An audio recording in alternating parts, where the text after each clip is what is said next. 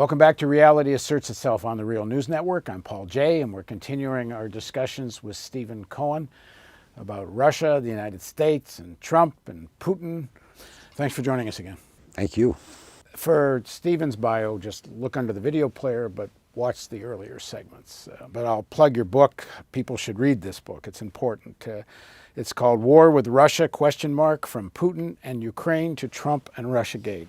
And let me say, well, in the last segment, I'm arguing with you about how to characterize Trump, and I don't know, maybe we'll argue again. I think your contribution on this issue is extremely important. I know you've been under incredible pressure and getting isolated on this point, and I think it's brave of you to take the stance you do. Okay, let's just move on. In the early years of Putin's presidency, the West quite liked him. I guess they thought he would be a continuation of Yeltsin. I think they had expectations that he would help facilitate an American, I don't know if the world takeover is too strong, but allowing American mining companies and energy companies and finance to come in. And instead, what emerged with a state with real laws and an oligarchy emerged, which I think at some point the Russian people will have to deal with, because I don't think it's good for them, but it's up to them. That being said, America didn't get a free-for-all. But as this relationship with the West became more and more tense, and I think to a large extent for these reasons, the Americans didn't get everything they wanted out of Russia. I don't understand why Putin didn't take more of the Chinese stance, which is avoid direct confrontation as much as you can and build up your strength. And I don't get Crimea.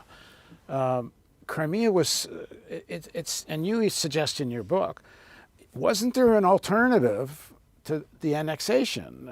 There wasn't like an immediate threat. I know there was a right-wing takeover, a far-right takeover of Ukraine. The Americans certainly facilitated and helped engineer it. It is a kind of strategic threat. I mean, I think that's clear, and you've made the case very eloquently. But still, why poke Europe and the United States in the eye and kind of make the case of the anti-détente forces? Oh, look, Russia's on the move. It starts with Crimea, and Georgia will be next, and then it will be the whole of Ukraine. Of course, it didn't start with Crimea, and that's just the argument that people who don't wish to understand the Russian point of view make. It didn't start with Crimea. It began with the expansion of NATO to Russia's borders. No doubt. Well, not only no doubt, but for Putin and for the Russian political class, that was the context and the prism through which they viewed Western and particularly American policy toward Russia. So when the Ukrainian crisis began in 2013, let's remember what happened, because it does lead to the annexation of Crimea. In 2013, the European Union told the then president of Ukraine, Yanukovych, and he may have been a rotter, but he was constitutionally and legally elected. It would have been a clean election. He was the president. That he needed to sign an economic partnership with the European Union. It meant, in effect, losing his preferred trade status with Russia, which constituted about 40% of Ukrainian trade. Not to mention about 3 to 4 million Ukrainians who worked in Russia to support their families, were allowed to do so and allowed to send their salaries back to Ukraine to support their families. So Ukraine was heavily dependent on Russia economically, and along comes the European Union that wants to exclude Russia from this new arrangement. So Putin and his foreign minister Lavrov say, look guys, why not a tripartite arrangement? It'd be good for everybody. We'll have an economic preferred agreement with Russia, Ukraine, and the European Union. And Washington and Brussels said no. Russia can't participate. Yanukovych, for that reason, declined to sign the agreement, and that led to the Maidan uprising.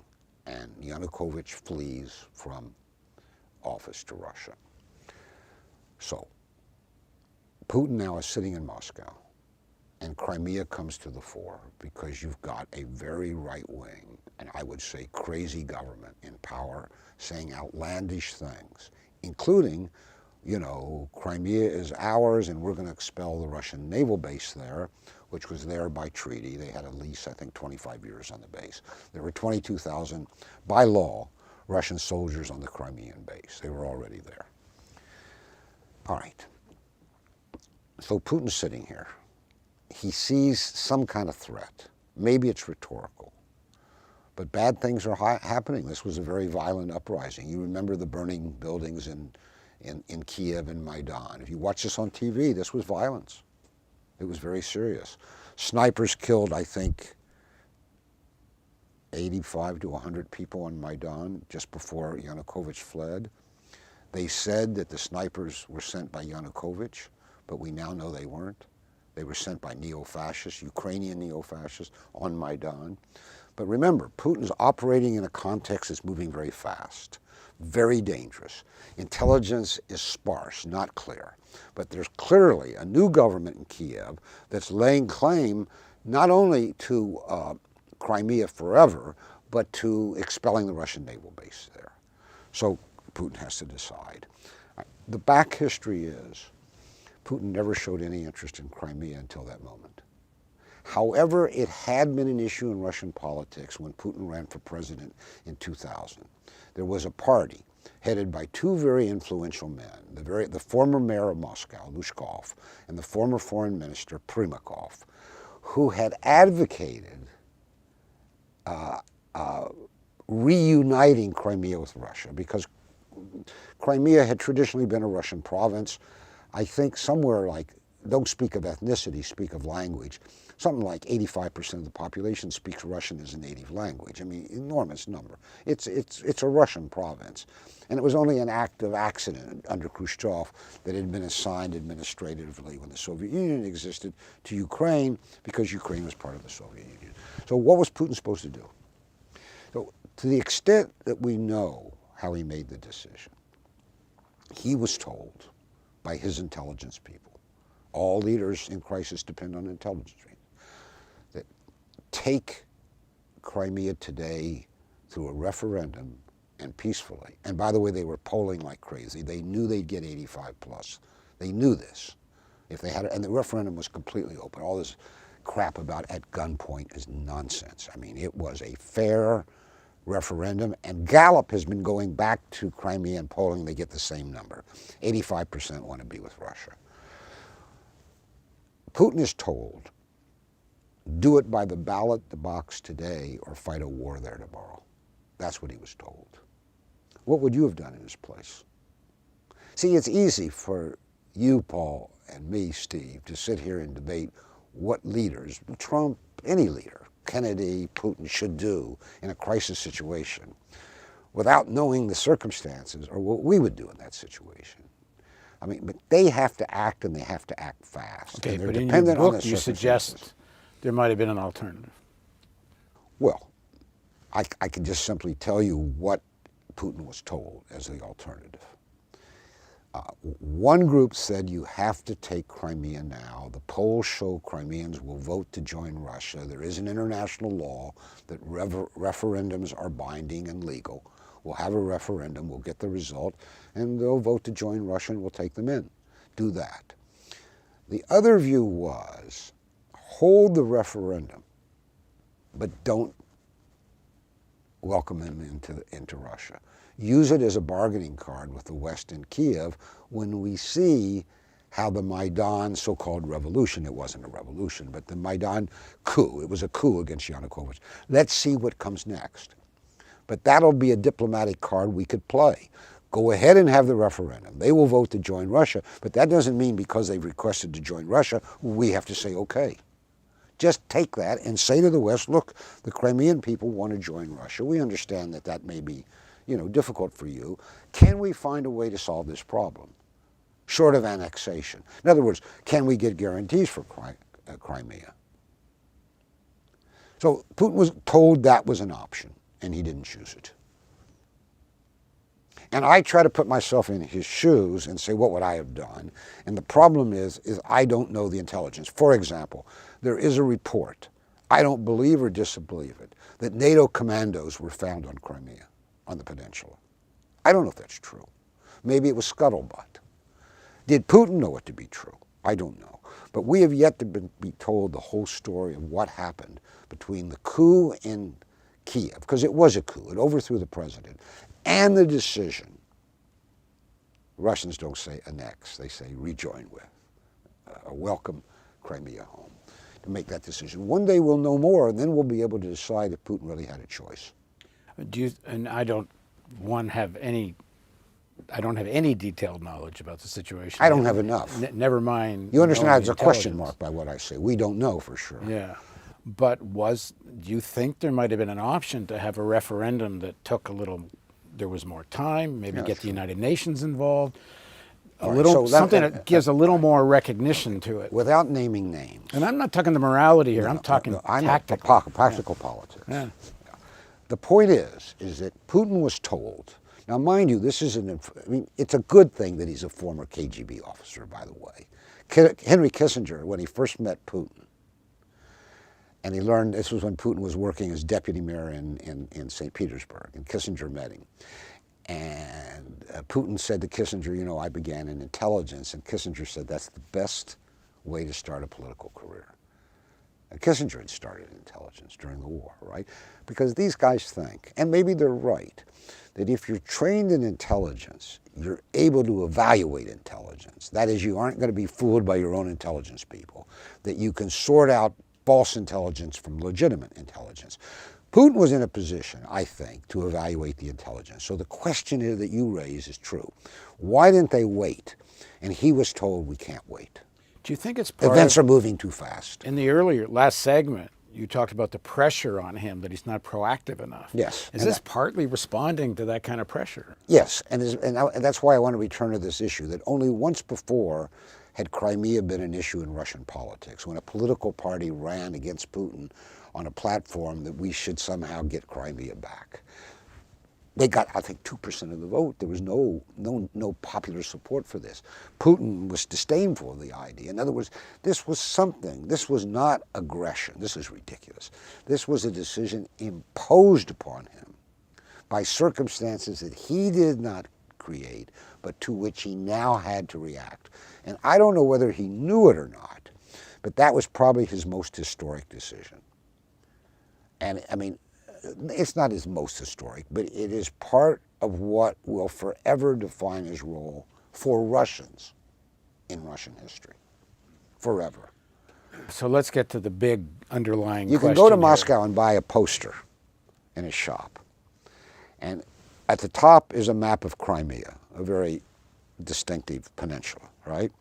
On one side is Khrushchev, who signed Crimea over to Ukraine, right, when in 1954-55, when the Soviet Union existed. On the other side is a picture of Putin, and it simply says, he gave away, he took back. I mean, you could see these in the shops. These were Khrushchev frivolously, on some anniversary, said, okay, Crimea is part of Ukraine. In your book, and Kissinger saying he might have been drunk that night when he did it. Who? I think in your book you say that, don't you? No, that's not me. Somebody said that Khrushchev might have been drunk the night that he gave Crimea. No, I didn't say that. I don't know. But somebody quotes Kissinger. Possibly. But, these are, if you're a student of history, and particularly of political leadership, as I like to think I am, this is Graham Allison practically made a career of writing about the Cuban Missile Crisis and how the Kennedy team, right? He's famous for studying that as a case study in crisis leadership. And Kennedy comes out looking pretty good. Though, by the way, I would say Khrushchev comes out looking pretty good, too, because the Russian reaction could have been different. But now we have Putin in Crimea. He had to make a decision that was imposed upon him. Now, we don't have all the information, but we should be fascinated to study and understand this rather than demonize Putin for doing it. Okay, let me, this sort of big underlying question, because, I mean, Kissinger said that what Putin did in Crimea was an anomaly, that you can't extend anything from that. That does not prove that Russia's on the march and they're going to start threatening other Baltic states and all this. The Crimea is a very particular situation. Clearly that was not the predominant attitude of the West towards Crimea. So why, when it began under Yeltsin, but with Putin, and Putin seemed ready for it, why didn't the West assimilate Russia into Western capitalism? So we're turning the clock back Yeah, we're now going back to the end of the Soviet Union. Yeah, we're going back into the early years of Putin, and then why not let Russia join the EU? Why not encourage this a kind of Wait, we real mixing? We got to get the history straight, or at least the history you're talking about. If you're talking about the decade, the 1990s, following the end of the Soviet I'm talking about Union, when Putin comes to power. well, he comes to power in 2000. Yeah. But but why didn't the West assimilate Russia after the end of the Soviet Union? Well, when Putin came to power. Well, you got the free-for-all of the 90s, but as that free-for-all had an American hand supporting Yeltsin through that whole period. I mean, Clinton, unwisely, not only Clinton, Bill Clinton, not Hillary, and Bill Clinton who was president then in the 90s, believed that he was assimilating Russia with his policy toward Yeltsin. That's what he thought. And he was so advised by people such as Strobe Talbot, all of whom should have known better. In fact, Russia descended in the 1990s into the worst and most corrosive economic depression ever in peacetime. Men were dying at 57. I think the collapse of industrial production was greater than it was during our own Great Depression. People were not receiving their wages or their social benefits. The middle class was being vaporized. Gangs were controlling large parts of the economy. Some people even think it was what people call state capture, that private oligarchs had captured the state. Russia was on the verge, if not of actually breaking up, of collapsing. Now, flash back to that moment, 1999. Russia, the largest territorial country in the world, even after the end of the Soviet Union, laden, stockpiled with every conceivable weapon of mass destruction, from germ, bacterial, chemical, nuclear. What if Russia had broken up? What if? We're talking apocalypse now. I would think that people would give Putin a little credit for holding Russia together, reestablishing control over the regions that had these weapons. But he's never given any credit. Russians themselves do, but in the West, imagine what would have happened. Now, it wasn't just Putin alone. He put together a team, a komanda, as it's called in Russia. No one man can do this. But he chose advisors who understood the situation. At the time, this was semi-welcomed in Washington. You remember that Putin came to see the second President Bush, and they went to the ranch, and Bush said, I looked into his eyes and I saw a good soul. Mm-hmm. And other things like that. And I think you, Paul, are right when you say that they, meaning the people who control our foreign policy, thought that this would be the continuation of the 1990s, except that Putin would be a healthy and sober Yeltsin.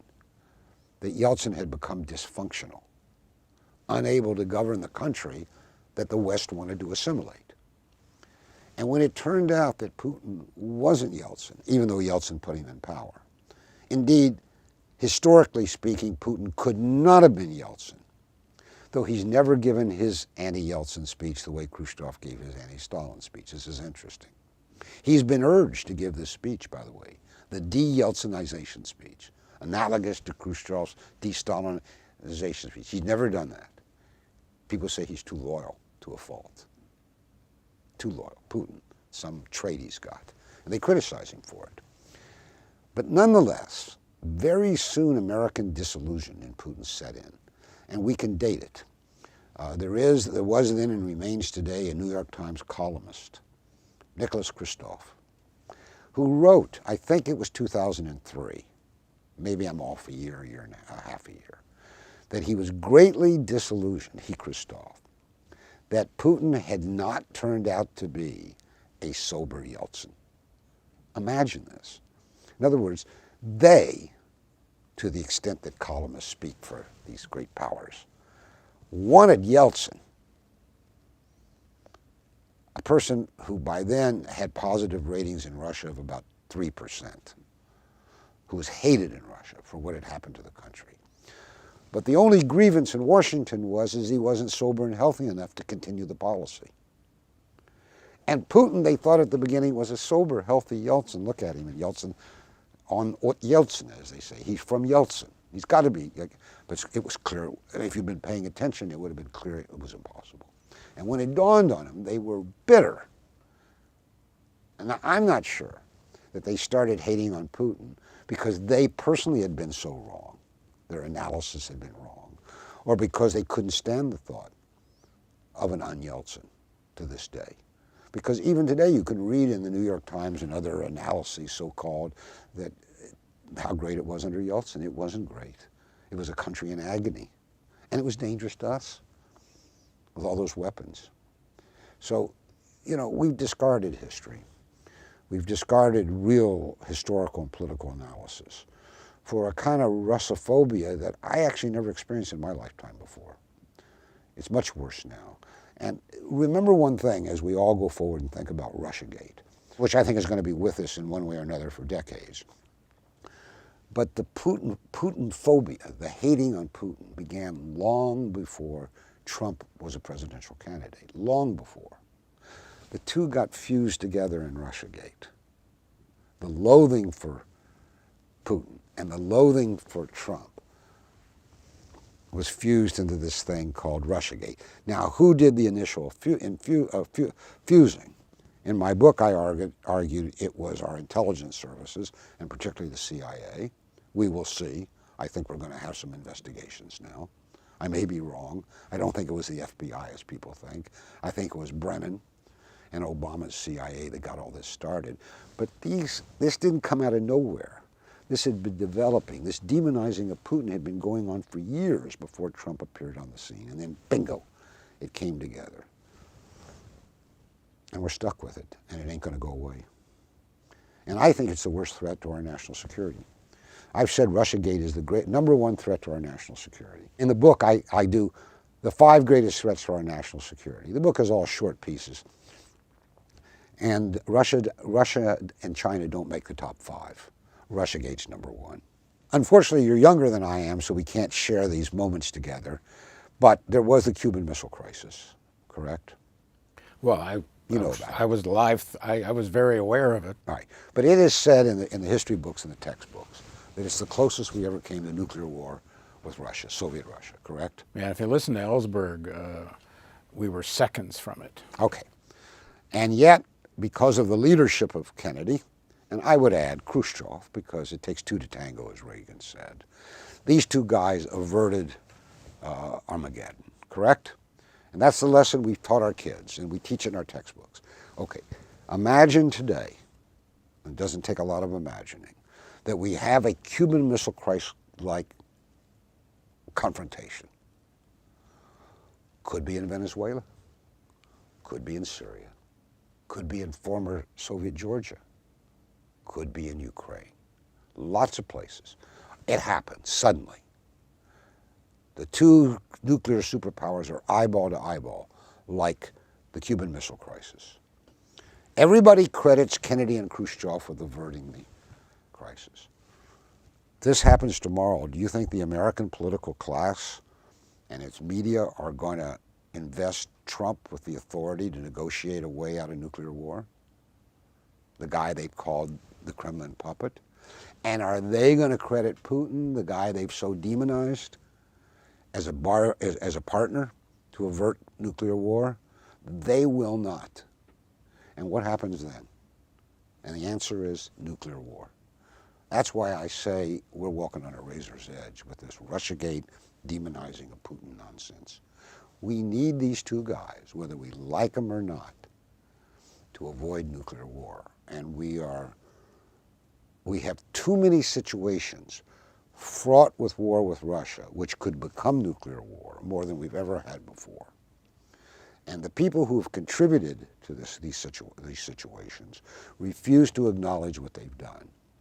Above all, the mainstream media. What you and I are discussing today should be discussed in the major newspapers and television talk shows of this country nightly. And I guarantee you, decades ago it would have been. We've lost our way. And the new way is exceedingly dangerous. I agree with all of that, but I got a but. It's not just the MSNBCs and the Democratic Party that are making this so fraught with danger, but it's also the agenda of the Trump administration and the people around it. For example, in Venezuela, where Pompeo is a Koch brothers guy, the Koch brothers have a deep interest in Venezuelan heavy crude. Canadian mining companies have a big, deep interest in Venezuelan gold. Pence is a Koch brothers guy. The agenda is a very aggressive agenda. So it's complicated by the fact that it's not like Trump.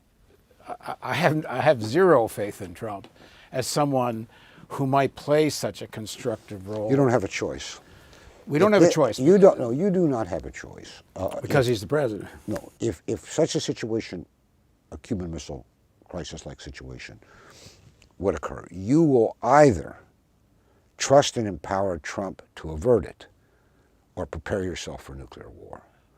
And there, for me, there is no choice. Yeah, I agree with that. And about Venezuela and the rest, you have to talk to somebody else. I don't know that story. But the pushback, like, I think we need to do both. We need to, what you're doing, which is attack and denounce this demonization of Putin and tying the hands of Trump to have some kind of normalization with Russia, for whatever reasons, needs to be denounced. And I really value what you're doing on this. I just, as I said in the earlier segment, we need to talk about the aggressive militarist agenda of Trump as well. But that happens every day. I mean, my truth is maybe, there are not many people that speak what I think is this truth that I've spoken to you. And the bashing of Trump is ample and maybe not sufficient. Maybe there needs to be more. But we're at an interesting moment now. We are now approaching a new presidential season in this country. Can I just intervene for just a sec? The problem here is both on Venezuela and Iran. The Democratic Party foreign policy establishment is on the same page as Trump. Netanyahu's on the same page as Trump. The Saudis are on the same page as Trump. Like when Trump throws this missiles into Syria after the supposed gas attack, Chuck Schumer says, finally, Trump's acting as a president. Like the problem is that as much as these guys vilify and are dangerous, these guys meaning the Democrats and that whole establishment are dangerous on Russia. I don't disagree. They'll converge with Trump on some very dangerous stuff in Iran. I don't disagree. So, but that brings me to my final point, I guess. Because we are at the time we are in, we now have, I think at last count, 19 or 20 Democratic would-be contenders for the presidential nomination, 19 or 20. We need to ask ourselves which, if any of these people, see these dangers clearly, and ask them. But I have a feeling that the mainstream media will not ask them because these are uncomfortable issues for them. I also think that the one candidate who has embraced a position similar to my own, Tulsi Gabbard, was immediately attacked by NBC, as you know, scurrilously. That it's a question of what kind of discussion, because according to our democracy, these existential issues that you and I have discussed are discussed during presidential campaigns. This is when we clarify and make our choices. It seems to me this is unlikely to happen, partly because the mainstream media doesn't permit voices like mine any longer, though they used to welcome me. I used to work for them. It'll be interesting to see how they treat Tulsi Gabbard, who's the closest to this kind of anxiety about the new Cold War with Russia, has taken positions on this. There may be others, but I haven't noted them yet. We'll see if there's an attempt to suppress her view or to give her fair time. Now, she'll have to do well in a primary somewhere to get that. But it's a little discouraging that of 19 or 20 Democrats, only one thus far has spoken with some clarity about this, what I consider to be the #1 existential issue, the danger of war with Russia. Well, you're certainly welcome on the Real News Network. Well, maybe you should have Tulsi Gabbard. Oh, we have, and we will again. Oh, you have? Good. Oh, yeah. We've interviewed a couple of times, and we're actually just arranging another one now. Oh, that's good. Yeah. That's good. All right. Well, thank you so much. Well, I hope this is just the beginning of a conversation. Today or tomorrow? Another day, but a beginning. Appreciate it. Thanks very Thanks much. very much. Thank you. And thank you for joining us on the Real News Network.